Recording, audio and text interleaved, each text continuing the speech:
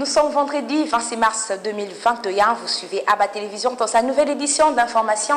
Madame, Messieurs, bonsoir et bienvenue.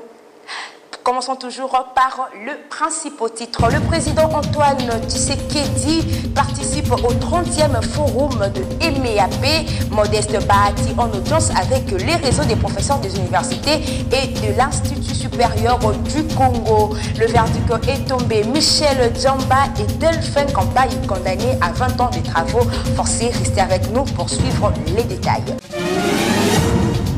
Bienvenue. Je venais de le dire que le président Félix Antoine Tshisekedi a participé par visioconférence au 30e forum de chefs d'État membres de cette organisation du mécanisme africain d'évaluation par le père ce jeudi 25 mars 2021. Roger Thioui nous en parle.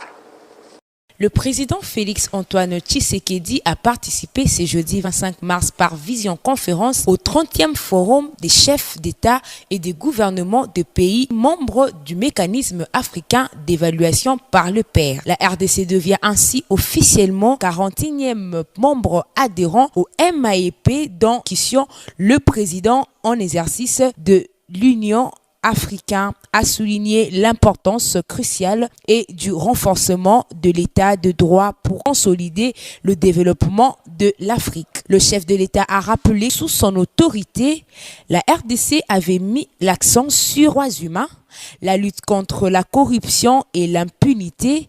La réussite d'un tel programme passe nécessairement par une évaluation régulière de mesures mises en place, a renchéri le chef de l'État. Les conférences des présidents des groupes parlementaires et de l'Assemblée nationale ont adopté le jeudi 25 mars 2021 le calendrier de la session de mars qui sera soumis aux délibérateurs de la plénière. Suivez cet élément d'Olivier. Après plusieurs études menées pour le projet du calendrier de la session parlementaire de mars, la conférence de présidents de groupes parlementaires et de l'Assemblée nationale ont adopté le calendrier de la session lancé le 15 mars mais suspendu après la mort d'un membre de l'institution brillant, Henri Thomas Lokondo. D'après Joseph Lembi Lubila, rapporteur de la Chambre basse du Parlement, la tenue de cette conférence entre dans le cadre normal et traditionnel parlementaire qui débute avant la session. Cette conférence de présidents s'est essentiellement basée sur les calendriers de la session ordinaire de mars. Notons que la rencontre a eu lieu selon l'ancienne configuration de présidents de groupes parlementaires et présidents de commissions. En tout, c'est passé dans la convivialité, a-t-il ajouté.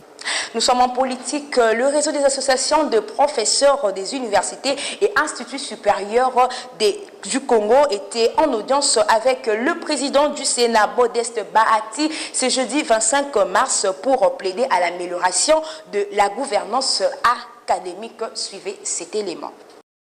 Le président du Sénat, Modeste Bahati, a accordé ce jeudi 25 mars une audience à ses collègues professeurs des universités et instituts supérieurs réunis en réseau des associations de professeurs des universités et instituts supérieurs du Congo. Au cours de cette discussion, les enseignants ont fait des propositions à Modeste Bahati pour aider les institutions du pays à l'amélioration de la gouvernance, particulièrement dans les secteurs de l'enseignement supérieur et universitaire. Après avoir prêté l'oreille à ses invités, le président du Sénat Bahati promet de devenir leur porte-parole. Rappelons que Modeste Bahati Lukwebo a succédé à Alexis Tambwe Mwamba à la tête du bureau du Sénat.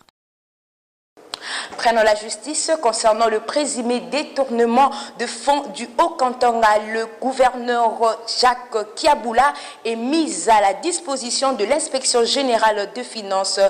L'autorisation de cette sortie a été signée par le vice-ministre, ministre de l'Intérieur et Sécurité, Gilbert Kakonde. Un élément de Esther Kassongo.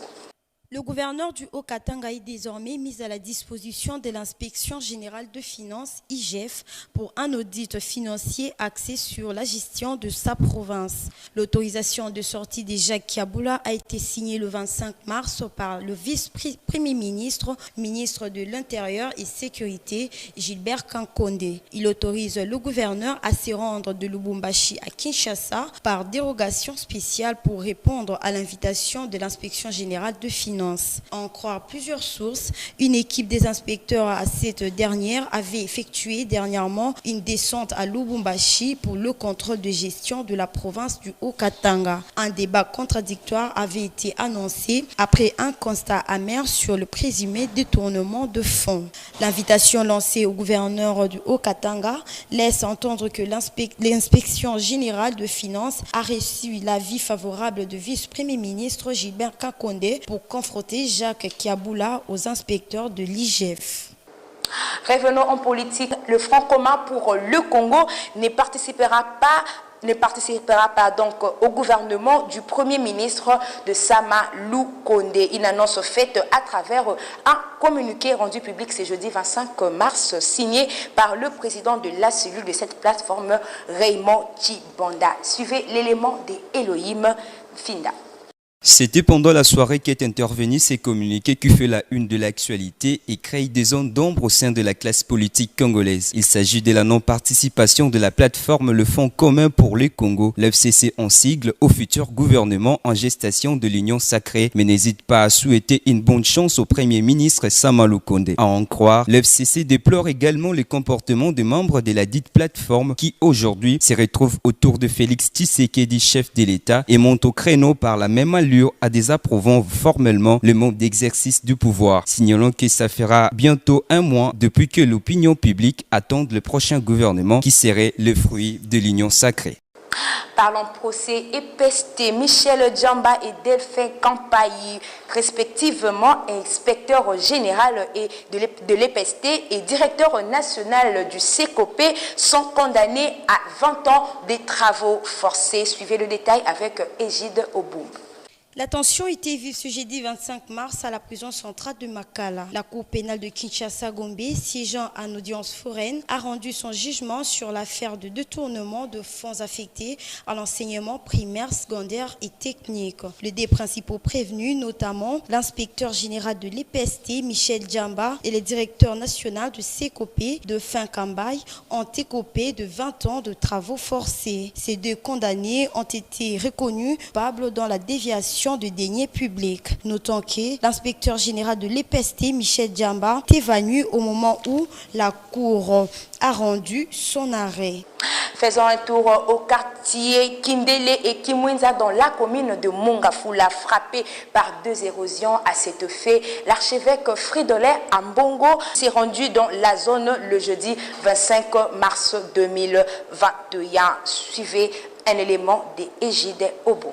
Quartier Kindele et Kimwiza dans la commune de Mongafula sont frappés par des érosions. Ces coupures de route sont causées par des pluies diluviennes qui se sont abattues sur la ville ces derniers jours. L'archevêque métropolitain de Kinshasa, Fridolin Ambongo, s'y est rendu récemment. Il était accompagné du directeur de la Banque mondiale au Congo. Monseigneur Ambongo a indiqué qu'en 2020, plus de 4 millions de dollars avaient été déboursés pour les travaux de réhabilitation de ces deux routes. Fort est de constater que, jusqu'à nos jours, aucune initiative n'a été prise. Le numéro 1 de l'église catholique de Kinshasa lance un cri d'alarme aux autorités de la ville afin que lumière soit faite. Prenons la brève, le gouverneur de la ville-province de Kinshasa, Jean-Timi Ngobila, j'allais dire Mbaka, a annoncé le jeudi 25 mars dernier la mise en garde sévère. Le producteur et vendeur de l'eau en sachet dans la capitale de la République démocratique du Congo et affirme que d'ici la semaine prochaine, toute personne concernée sera interpellée et conduite directement au parquet pour un jugement. Le ministre de Masse, Willy Kitobo, a convoqué un atelier à Lubumbashi du 29 au 30 mars 2021 en perspective de l'inspiration de concentré du cuivre sulfure qui prendra fin le 12 avril prochain. Suivez l'élément des Ginon Panama. Willy Kitobo, ministre de Mines, a convoqué un atelier à Lubumbashi du 29 au 30 mars 2021. C'est en perspective de l'expiration du délai accordé aux opérateurs miniers sur l'exportation de concentré du cuivre sulfure qui prendra fin le 12 avril prochain. D'après le ministre Willy Kitobo, cet atelier concerne les entreprises minières et les communautés locales. Ils serviront également à échanger sur les difficultés de transformer sur place gaz, concentré du cuivre sulfure, produit dans la province de Lualaba et du Haut-Katanga. Le social en République démocratique du Congo a plusieurs volets. Il relie la capitale Kinshasa aux provinces par la voie routière, rail et aérien. Patou Yuba, spécialiste en économie internationale, pense que le prochain gouvernement Sama Lukonde devrait satisfaire la population congolaise et répondre aux attentes de ces derniers. Il est nécessaire de privilégier aux besoins sociaux de base tels que la denrée alimentaire. Suivez-lui au micro de Shadrach Chifuchi. Au gouvernement de l'actuel Premier ministre Sama Lukonde, nommé par le chef de l'État, sont immenses.